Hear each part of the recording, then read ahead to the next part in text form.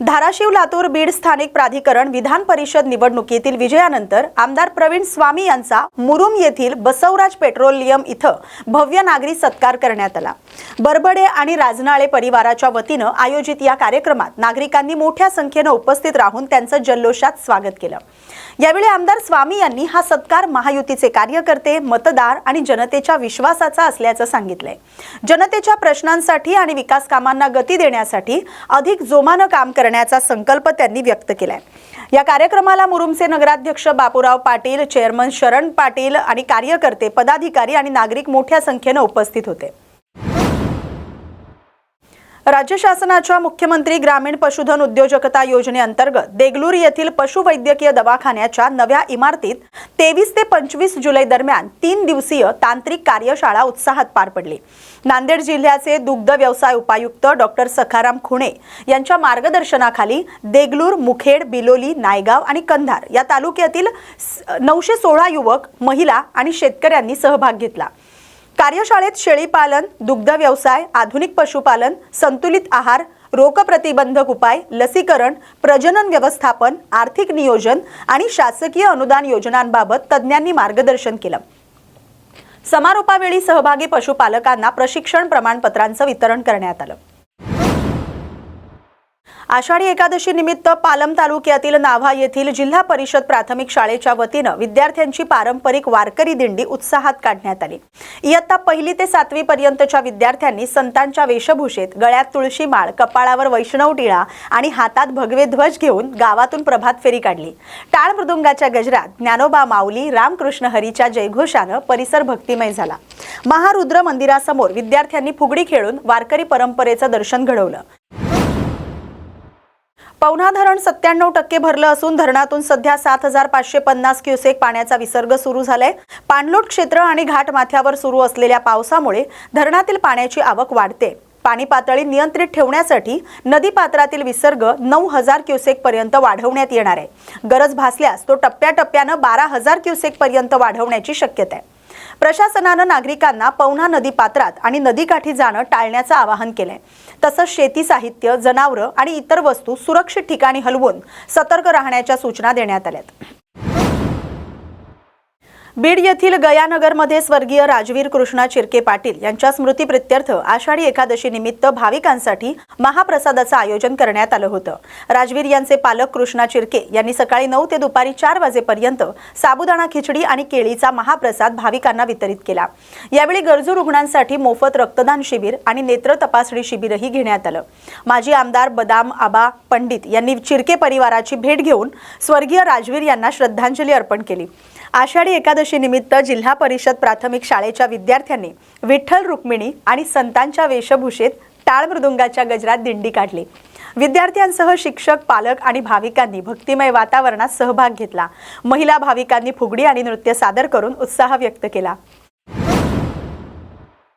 पंढरपूर इथं आषाढी एकादशीच्या पार्श्वभूमीवर पंढरपूर इथं भाविकांची मोठी गर्दी असताना चंद्रभागा नदीत स्नान करताना एक भाविक पाण्यात बुडू लागल्याची घटना घडली। यावेळी वाशिम जिल्ह्यातील स्वामी विवेकानंद आपत्ती व्यवस्थापन पथकाच्या जवानांनी प्रसंगावधान राखत तात्काळ मदतीसाठी धाव घेतली आणि त्या भाविकाला सुरक्षितपणे पाण्याबाहेर काढून त्याचे प्राण वाचवले।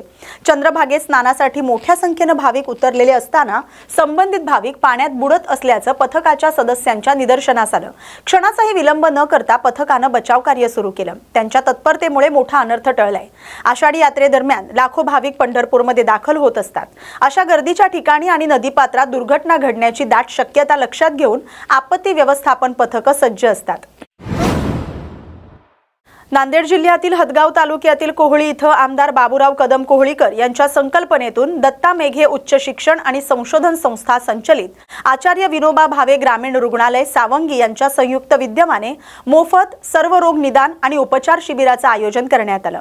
हनुमान मंदिर परिसरात झालेल्या या शिबिरात मेडिसिन, अस्थिरोग, स्त्रीरोग, बालरोग, नेत्ररोग, त्वचारोग, दंतचिकित्सा यांच्यासह विविध विभागातील तज्ञ डॉक्टरांनी नागरिकांची तपासणी करून मोफत उपचार आणि मार्गदर्शन केलं। हजारो नागरिकांनी या आरोग्य शिबिराचा लाभ घेतला। गंभीर रुग्णांना पुढील उपचार आणि आवश्यक तपासण्यांसाठी मार्गदर्शन करण्यात आलं। ग्रामीण भागातील नागरिकांना दर्जेदार आरोग्य सेवा उपलब्ध करून देण्याच्या या उपक्रमाचं नागरिकांनी स्वागत केलं। या बातमीचा आढावा घेतलाय प्रतिनिधी मोहम्मद रफिक यांनी।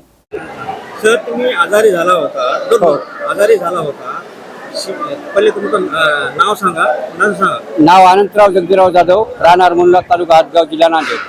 तुम्हाला काय आजार झाला होता? बॉल गेलता. शिबिरामार्फत तुमचं झालं कसं झालं? शिबिरामार्फत झाले. किती दिवसामध्ये चांगले झाले आपण? ते 2 महिन्यामध्ये 31 तारखेला ऑपरेशन झालं. जानेवारीच्या 31 तारखेला ऑपरेशन झालं. तिथून 2 महिन्यात समजा टकाटक झालं. खर्च वगैरे काय राहत मला? खर्च काहीच नाही, विनामूल्य झालं. हो, जेवायची खावायची सगळी व्यवस्था चांगली झाली. आमदार बाबुराव कोळीकर साहेब त्यानेच अगोदर मार्गदर्शन केलं. त्याला भेटायला गेलो साहेबाला सांगितलं की बा उद्या आपल्या 18 तारखेला त्याचं शिबिर आहे मराठ्याला, त्या शिबिरमध्ये जा. मग तिथं गेल्यावर त्याने मला 21 तारीख दिली. 21 तारखेला मी वर्धेला गेलो.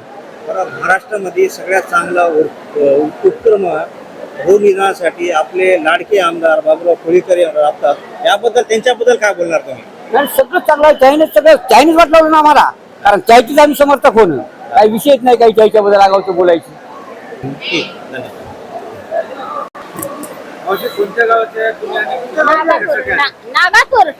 नागापूर. काय आजार झाला तुम्हाला?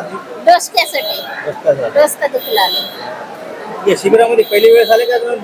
पहिल्याच बारीला. पहिल्याच बारीला. हो. आजार फक्त डोसक्याचाच आहे? डोसका मान ओढते डोसका दुखते. डॉक्टर काय म्हणले? काय नाही, या नंबरला जाऊन तपासून घ्या म्हणजे. असे उपक्रम आपले लाडके आमदार बाबुराव कोळीकर आपले गावामध्ये राबवतात. काय बोलणार आमदार साहेब विषयी? काय सांगू? आमदार साहेबबद्दल काय वाटते? असे चांगले एवढे चांगले उपक्रम ठेवलेत ना हो. सगळ्यासाठी, सगळ्या मोफत शिबिर वगैरे घेतात.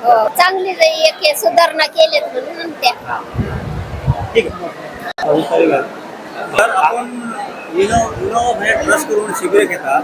पुन्हा बाबुराव कोळीकर आमदार यांच्या नेतृत्वाखाली आपण शिबिर घेतात. काय बोलणार आहे शिबिर? बापूराव कदम कोळीकर जे साहेब आहेत यांनी आज दिनांक 26 जुलैला इथं सर्व मोफत आरोग्य निदान शिबिर ठेवलेलं आहे.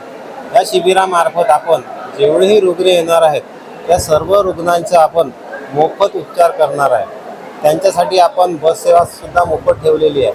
आपण प्रत्येकांना वेगवेगळ्या दिवशी वेगवेगळी तारीख दिली आहे भरतीकरिता. त्या दिवशी ते येतील. आमच्या दवाखान्यामार्फत इथं बस पाठवण्यात येईल. त्या बसमध्ये आम्ही त्यांना घेऊन जाऊ. तिथं गेल्यानंतर त्यांचे जे कोणतेही ऑपरेशन असतील, कोणत्याही प्रकारचे ऑपरेशन असो, ते आपण पूर्णतः मोफत करणार आहे. आणि त्यांचे ऑपरेशन झाल्यानंतर इथे बसनी सोडून देण्याची पण व्यवस्था आमच्याकडनं मोफत राहील. हॉस्पिटलमध्ये आल्यानंतर त्यांना जेवणापासून खाण्यापिण्यापासून चहा नाश्ता ह्या सगळ्या गोष्टी त्यांच्या आपण मोफत करणार. हे आपण जे खर्च आहे रुग्णांना जे आजार आहे हे योजनामार्फत करता की काय ट्रस्टच्या मार्फत करता? आम्ही काही जे ऑपरेशन आहे ज्या योजनेमध्ये बसतात ते ऑपरेशन आम्ही पूर्णतः योजनेमार्फत मोफत करतो. पण जे ऑपरेशन योजनेमध्ये बसू शकत नाही ते आम्ही आमच्या रुग्णालयाच्या मार्फत पूर्णतः मोफत करतो. मोफत सर्व रोग निदान व उपचार शिबिर हे जवळजवळ पहिलं नसून 14व किंवा 15व असू शकते आपल्या गावात. नाही, पूर्ण विधानसभा क्षेत्रात. आणि नेत्र तपासणीचं शिबिर 18 याच्या पूर्वी घेतले. म्हणजे ते नियम पकडून आता जवळजवळ 30-35 शिबिर म्हणायला काही हरकत नाही. आणि आमच्या शिबिराचं वैशिष्ट्य म्हणजे प्रत्येक रुग्णाला आम्ही मेघेस्वांगवे ते नेऊन वर्धा शेवटच्या माणसापर्यंतची काळजी घेतो. या शिबिरात जे काही रुग्ण मेजर आजाराचे, कोणाची पोटामध्ये काही सर्जरी असेल, कोणाचे ब्रेनचा असेल किंवा कोणाचे अस्थिचे असतील, अशा सगळ्या रुग्णांना शेवटच्या रुग्णापर्यंत आम्ही काळजी घेतो. आणि गुलाबी कलरची ज्यांना ज्यांना पावती दिली त्यांना आम्ही मेघे सांगवीला पुढील तपासण्यासाठी नेतो. आणि जे पेशंट सर्दी खोकला साध्या आजाराचे आहेत त्यांना 4 गोळ्या औषधी देऊन एखादी टॉनिकची बाटली देऊन इथंच सोडून दिल्या जाते. परंतु हे जे शिबिर आहे काहीतरी दुसरा मेजर आजार आहे जे ज्यांना पुढील उपचाराची गरज आहे अशा रुग्णासाठीच आहे. म्हणून मी आपल्या मीडियाच्या माध्यमातून सगळ्यांना विनंती करतो की दुसरं सुद्धा 1 महिन्यात किंवा 1-1.5 महिन्याच्या आतच शिबिर हिमायतनगर तालुक्यामध्ये होणार आहे. त्या सुद्धा शिबिरामध्ये जास्तीत जास्त रुग्णांनी येऊन आपले तिथं हजेरी लावावी याची मी विनंती करतो.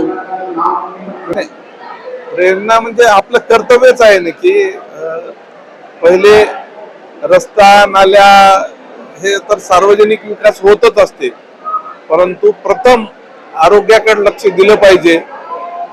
आणि ग्रामीण भागातल्या लोकांना वेळीच जर उपचार नाही झाला तर आजार बळकावतो आणि आपणाला माहित आहे पुढचं दुर्दैवी मृत्यू सुद्धा येऊ शकतो. आणि वेळीच जर उपचार केला तर निश्चितच रोग बरा होतो. मग एखादा कॅन्सर सारखा आजार सुद्धा पहिल्या स्टेज मध्ये जर आपण त्या रुग्णाला नेलं, तपासण्या केल्या आणि उपचार सुरू केला तर निश्चितच रोग बरा होतो. पण 4थ्या स्टेजला गेलेल्या रुग्णावर काही इलाज केला, कुठेही जरी नेलं काहीच पुढचा इलाज होत नाही. म्हणून वेळीच रुग्णांनी, बऱ्याच लोकांना शुगर असते, बऱ्याच लोकांना बीपी असते, पण ते म्हणजे कधी तपासण्या करतच नाहीत. त्याच्यामुळे त्यांना काय आजार झाला हे माहित होत नाही. म्हणून या शिबिराच्या माध्यमातून अनेक लोक ECG करतात, अनेक तिथं गेल्याच्या नंतर MRI, CT स्कॅन, सगळे एक्सरे, सोनोग्राफी सगळं तिथं मोफत आहे. त्याच्यामुळं जास्तीत जास्त रुग्ण या आमच्या महाआरोग्य शिबिरामध्ये भेटी देतात. आणि आम्ही सगळ्यांना मेघे सांगवी येथील हॉस्पिटल, वर्धा येथे हॉस्पिटलमध्ये नेण्याचा प्रयत्न करतो. आणि आपलं कर्तव्यच आहे ना, पहिले आरोग्याची काळजी घेतली पाहिजे. त्याच्यामुळं सगळेच लोक घेत असतील, पण आम्ही जे घेतो ते कंटिन्यू मध्ये घेतो, आम्ही बंद पडत नाही.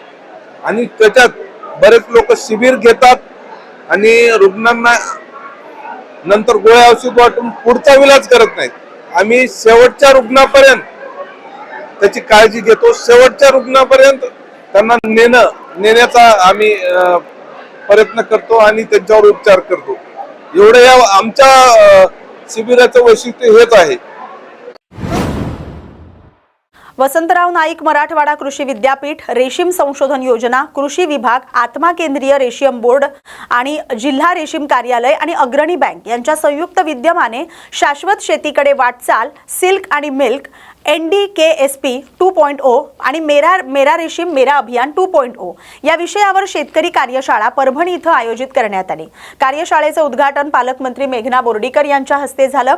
कार्यशाळेत रेशीम उद्योग, दुग्ध व्यवसाय आणि शाश्वत शेतीबाबत शेतकऱ्यांना मार्गदर्शन करण्यात आलं. उशिरा आल्याबद्दल, परंतु एक शेतकरी बंधू भगिनींचाच कार्यक्रम विद्यापीठामध्ये असल्यामुळे तिथून येण्यासाठी उशीर झाला.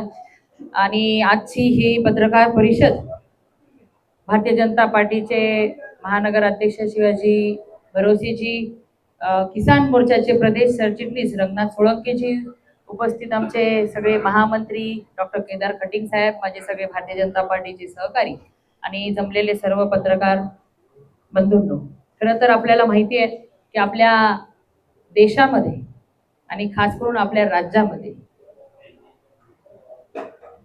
मोदीजींच्या नेतृत्वामध्ये शेतकऱ्यांना सन्मान द्यायचं आणि शेतकऱ्यांना आधार द्यायचं, शेतकऱ्यांना आत्मनिर्भर बनवण्याचं काम 2014 पासून सातत्याने वेगवेगळ्या योजना आणून चालू आहे. शाश्वत शेती शेतकऱ्यांना करता यावी यासाठी पंतप्रधान नरेंद्र मोदीजी आणि मुख्यमंत्री देवेंद्र फडणवीस साहेब सातत्याने वेगवेगळ्या योजना आणत आहेत आणि त्या डायरेक्ट शेतकऱ्यांच्या पर्यंत पोहोचवल्या जात आहेत. आज महाराष्ट्रामध्ये येणाऱ्या 3 वर्षामध्ये कुठलीही निवडणूक नसताना निवडणुकीच्या काळामध्ये मुख्यमंत्री देवेंद्र फडणवीस साहेबांनी कर्ज माफीची घोषणा केली होती आणि अभूतपूर्व असं यश भारतीय जनता पार्टी महायुती सरकारला ह्या महाराष्ट्रातल्या तमाम मतदार बंधू भगिनींनी दिलं.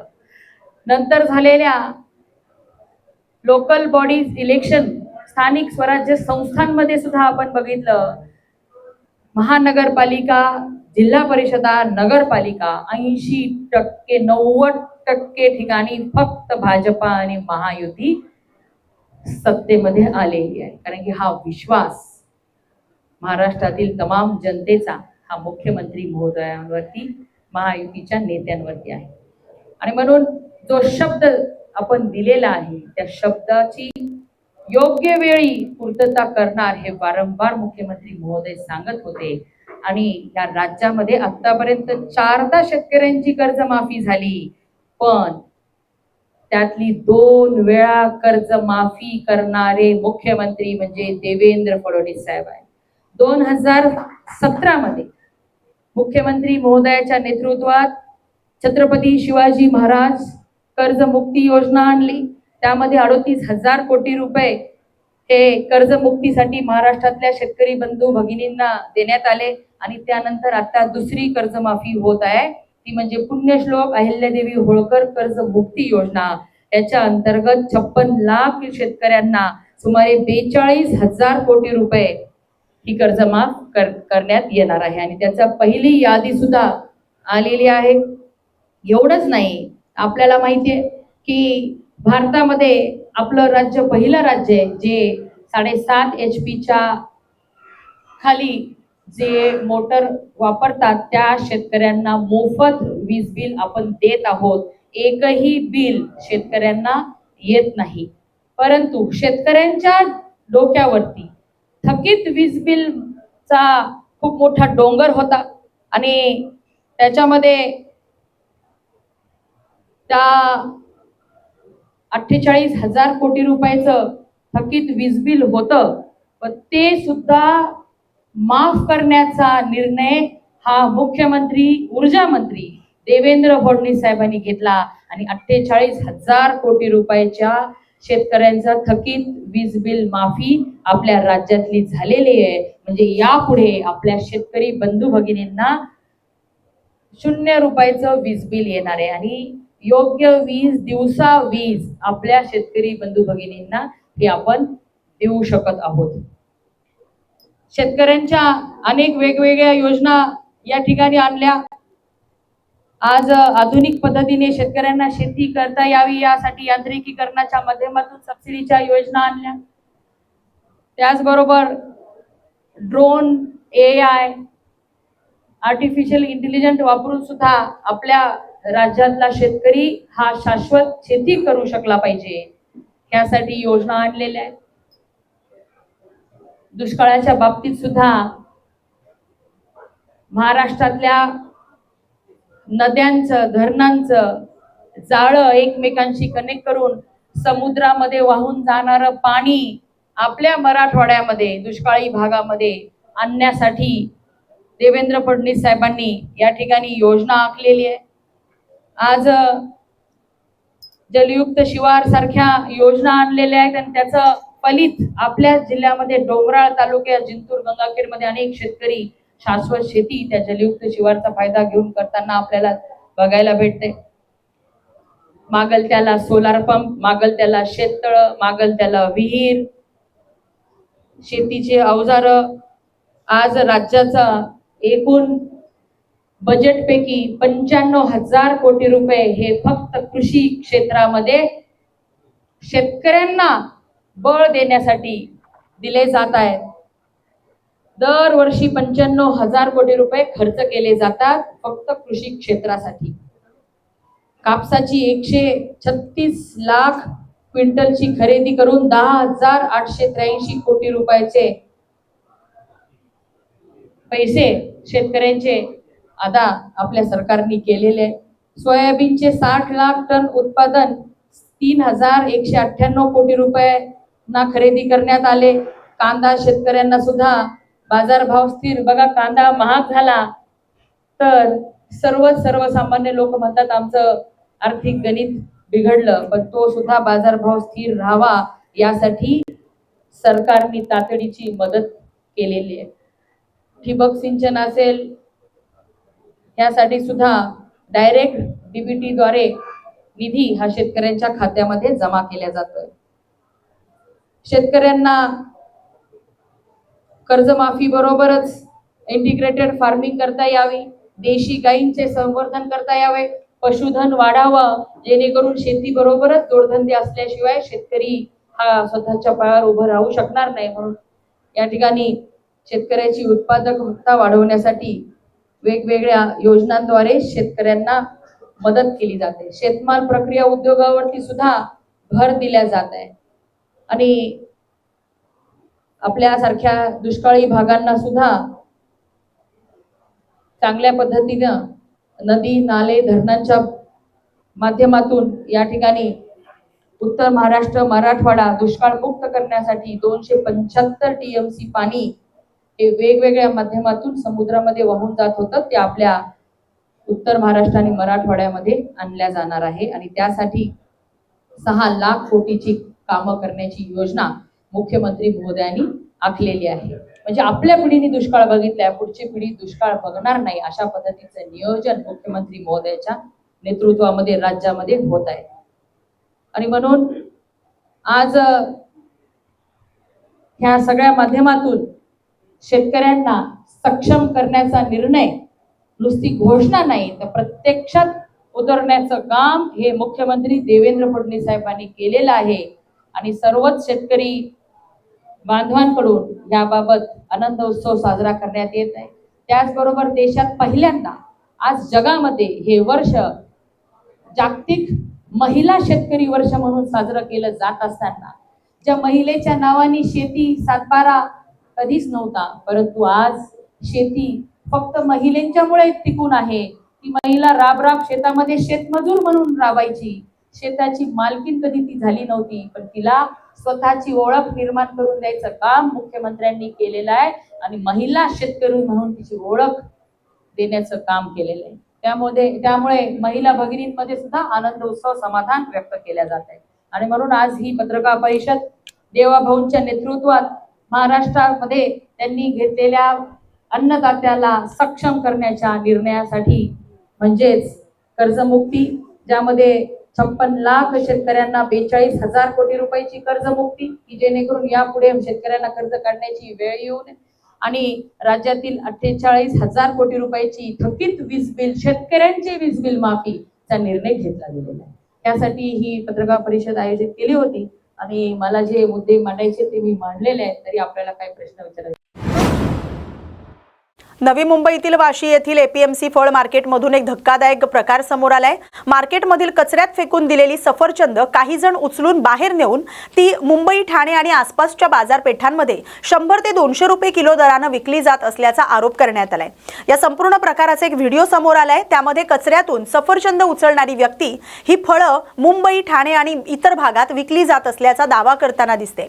तसंच अशा प्रकारे शेकडो लोक कचऱ्यातून फळं गोळा करून विक्री करत असल्याचाही दावा करण्यात आलाय. या आरोपांमुळे ग्राहकांच्या आरोग्याबाबत गंभीर प्रश्न उपस्थित झालेत. मात्र या दाव्याची अधिकृत पुष्टी अद्याप झालेली नाही. वासी स्थित एपीएमसी फल मार्केट में शनिवार को हम गए थे वहाँ पे और वहाँ देखा तो जो कचड़े में जो एप्पल और सेब पड़ा हुआ था वो सब उठा के और एक बॉक्स में रखा जा रहा था. हमको उस पर डाउट हुआ इसके लिए वहाँ पे हम कुछ देर के मोबाइल में रिकॉर्ड कर रहे थे. तो देखिए तो वहाँ से कुछ लोग जा रहे थे, उनको जो है वो सेब जो है 150 रुपये किलो बोल रहा था. तो उस पर डाउट होने के बाद हमने क्या किया, उससे नदी जाके हमने पूछा, बोला ये क्या करोगे, बोलता कुछ नहीं पैक हो रहा है, पैक होके थाना मुंबई जाएगा. बोला हमको कैसे किलो दोगे, तो बोला 150 रुपये है लेकिन आपको हम 100 रुपये में दे देंगे. तो हमने पहले भाव किया, भाव करने के बाद थोड़ा देर वेट किए और देख रहे थे क्या बाद में दूसरा जो उसमें आदमी था जो थोड़ा येलो कलर का टी शर्ट पहना था, तो एक पेटी में भर के और गेट के बाहर ले गया और बाहर ले आके जो फुटपाथ पे जो बेचने वाले थे उनको जो है वो एप्पल बेचा. लगभग 15 किलो एप्पल था. हमने जाके नज़दीक में जैसे वीडियो में देख सकते हैं कि वहाँ बेचते हुए भी हमने रिकॉर्ड किया और रिकॉर्ड करके फिर उसको हमने बोला भी भाई तुम इस तरह कर रहे हो, तुमको एपीएमसी का डर नहीं है. तो सीधा बोला तो एपीएमसी के सबको पता है और मेरे जैसे बहुत से लोग इस तरह करते हैं, यहाँ आके चुनते हैं, सब फ्रूट चुन के और ले आके बाहर जो है ये रेलवे स्टेशनों के बाहर बेचते हैं. इसकी जानकारी हमने वहाँ पे जो गेट पे सुरक्षा रक्षक थे उनको भी हमने बताया. आगे क्या कार्रवाई हमको जानकारी नहीं, लेकिन उनको हमने बताया कि ऐसे लोग पे कार्रवाई होना चाहिए। सुरक्षा रक्षक ने बताया कि इसको हमने गेट आने नहीं देंगे। लेकिन आज रविवार को हमने वापस जाके विजिट किया तो देखा तो आज वापस भी बाहर से कुछ फ्रूट लेके वो आया था बाहर देने के लिए। तो हमने पूरा रिकॉर्ड नहीं कर पाया, लेकिन आज भी हम उसको उसी तरह करते हुए देखे थे। और इसमें कहीं ना कहीं हमको डाउट है कि जो एपीएमसी के जो सुरक्षा रक्षक है या एपीएमसी प्रशासन है इसमें इन्वॉल्व है। इसके लिए जो एपीएमसी मार्केट जो सचिव हैं जरे साहब, उनको इसके ऊपर ध्यान देना चाहिए और इस पर कार्रवाई करना चाहिए। मुसळधार पावसात मुंबई नाशिक महामार्गावरील गोंदे फाट्याजवळ रस्त्याच्या कामामुळे झालेल्या चिखलात एक दुचाकीस्वार अडकला। पावसामुळे रस्त्याचा अंदाज न आल्यानं दुचाकी चिखलात फसली होती। घटनास्थळी नागरिकांची गर्दी झाली होती, मात्र मदतीसाठी कोणी पुढे आलं नाही। यावेळी घोटी महामार्ग पोलीस मदत केंद्राचे पोलीस अंमलदार शेवरे धनगर यांनी तात्काळ मदत करत स्वतः चिखलात उतरून रायडर आणि दुचाकी सुरक्षितपणे बाहेर काढली। कर्तव्य प्रथम सेवा सर्वोच्च या बिरुदाला साजेशा या कामगिरीचं नागरिकांकडून कौतुक होते। या बातमीसोबतच बातमी महाराष्ट्राची मध्ये वेळ झाली आता इथेच थांबण्याची। अशाच महत्त्वाच्या बातम्यांसाठी पाहत राहा न्यूज मराठी 24/7। नवा भारत नवा विचार।